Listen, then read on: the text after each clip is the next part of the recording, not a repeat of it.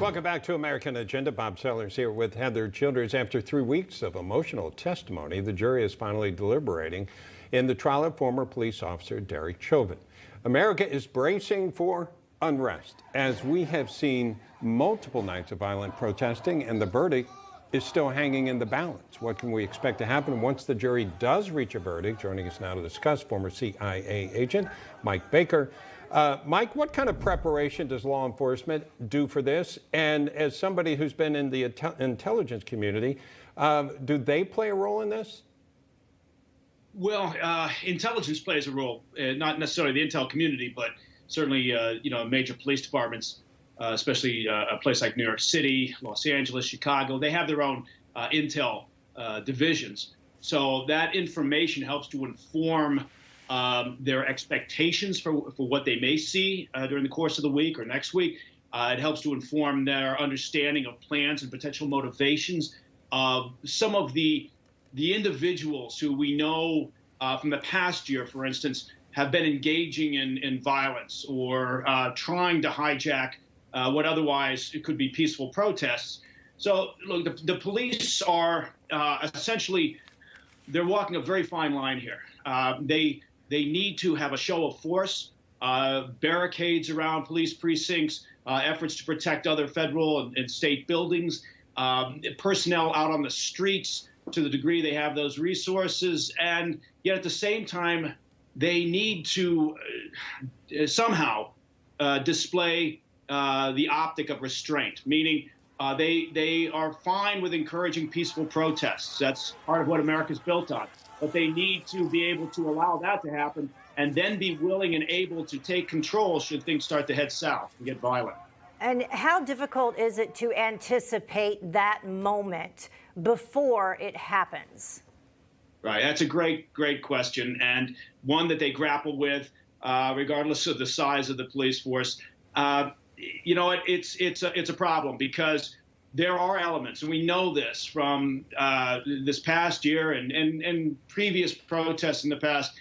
There are elements, anarchists and others who they're out there to take advantage of the chaos. And it has nothing to do with George Floyd or BLM or anything else. It's simply they're looking to create anarchy, chaos, violence for their own interests or agenda.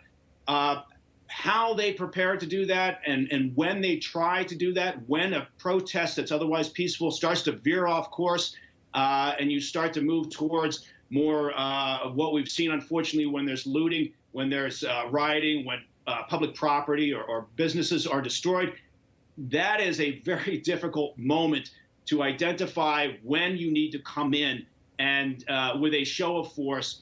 And there's also problems from police precinct to city to city in how they intend to respond. We've seen some cities tell the police to back off. We've seen others that have said, look, we are not going to put up with any of this.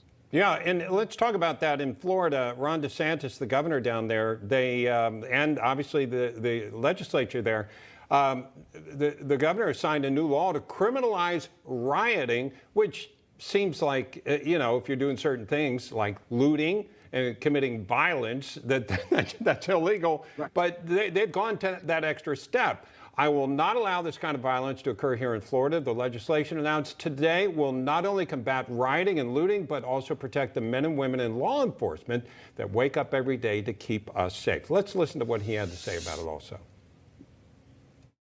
If you tell law enforcement to stand down, then you're responsible for the damage that ensues. And if someone's been harmed or their property has been destroyed, then they can sue you for compensation.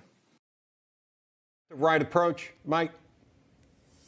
Yeah, I mean, look, I think some people look, as you just pointed out, and say, wait a minute, I thought we already had laws on the books that said you can't burn down someone's business or you can't attack a police officer or a police precinct. And yes, we do. But I think what the governor is doing, and I agree with the concept, is he's trying to restate the obvious. He's saying, look, as opposed to some other cities where we've seen the police instructed to back off, we are not going to do that. And he's making the case that, yes, those laws already exist on the books, but part of it's an optic. And I think it's an important optic. It's much like getting out there and saying, we're fine with peaceful protests. Whatever, that's the way we are. But it's not going to veer towards violence, because we will, do what law enforcement is supposed to be doing, and that is protecting people and property. All right, Mike Baker, thank you so much for joining us as we keep an eye on it, and hopefully it will not, just explode, which everyone seems to be anticipating, and hopefully that won't be the case. Thank you. Hi, Emma Reckenberg here. If you like this video, there's a whole lot more to see on Newsmax TV. You can watch for free right here on our YouTube live stream and be the first one here each time our experts break down real news. Just hit that subscribe button, ring the bell icon, and stay with us on America's fastest growing cable news channel, Newsmax TV.